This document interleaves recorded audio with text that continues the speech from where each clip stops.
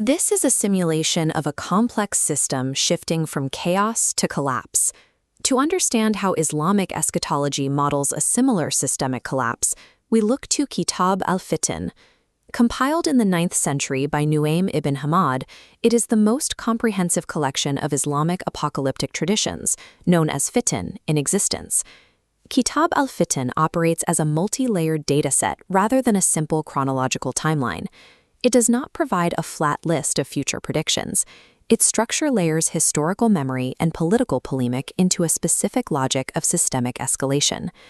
Analyzing the text requires mapping these variables as a functional state machine. This node network represents the Fitna state machine. The system operates on a binary logic. Most conflicts fall into a reversible loop, where violence spikes but eventually resets.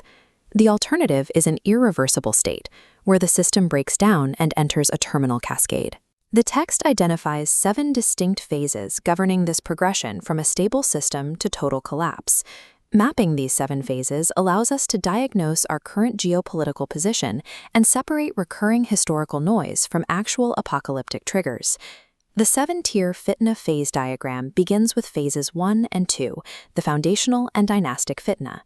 These layers contain specific historical events, such as the assassination of the Caliph Uthman, the Battle of Siffin, and the rise of the Abbasid dynasty, symbolized by the black banners emerging from Khorasan. These are fulfilled historical events. They represent the established patterns of political breakdown and regime change that defined the early Islamic state. Above these foundation blocks is Phase 3, the cyclical Fitna. This phase describes prolonged eras of moral decay, ideological confusion, and regional fragmentation occurring across multiple territories. This is the era of reversible conflict. Violence and instability spike, but the system is designed to eventually reach a new political equilibrium, and the cycle resets. History consists of this repeating cycle of fitna and recovery.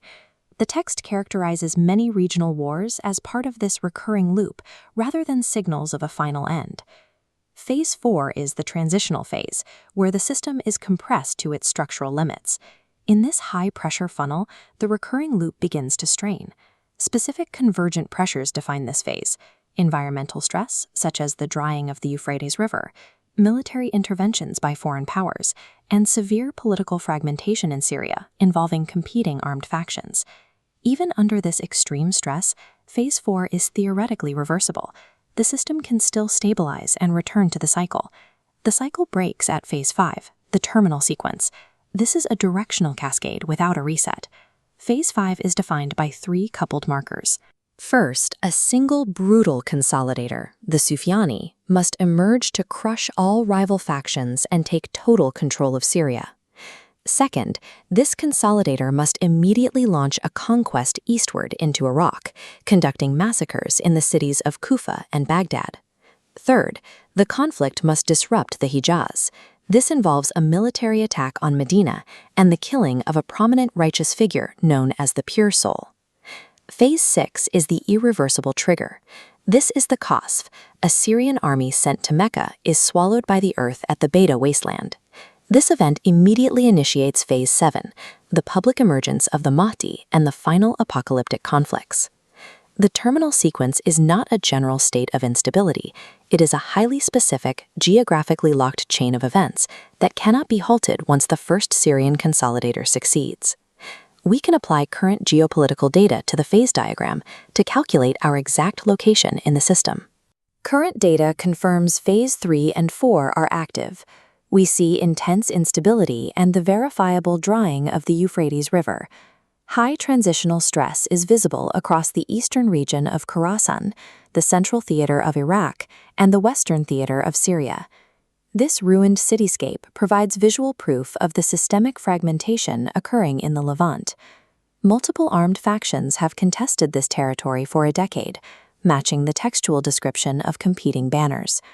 Baghdad remains a point of central instability, highly vulnerable to spillover conflict and regional pressure. However, the map shows a total absence of the required Phase 5 markers in the Hijaz. This region remains politically secure. The ordered environment of the Prophet's Mosque in Medina visually proves current stability. The sacred cities are completely insulated from the northern chaos. Despite the regional devastation in Syria and Iraq, the strict continent-spanning geographic alignment required to trigger the terminal cascade is currently missing. High structural stress is a necessary condition for systemic collapse, but it is not a sufficient one.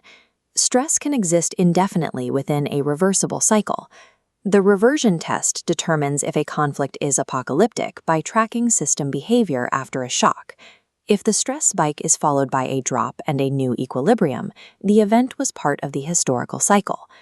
Applying this test to the Syrian civil war and the rise of the ISIS caliphate reveals that both were massive shocks, but both settled into stalemates and new political equilibriums. They were reversible. The model still lacks its primary Phase 5 prerequisites, a unified Syrian consolidator and a systematic terminal conquest of central Iraq. This rocky expanse of the Baida wasteland represents the absolute threshold. Until an army is swallowed in this physical wasteland, the geopolitical system remains in a reversible state. Interpretation remains open until the physical trigger occurs. The final diagnostic verdict is that we are at stage 4.5. This is a period of intense transitional pressure, but the terminal sequence hasn't begun. Analytical rigor requires waiting for the specific, irreversible trigger. Until the Qasif occurs, we are not witnessing the apocalypse. We are witnessing history repeat itself.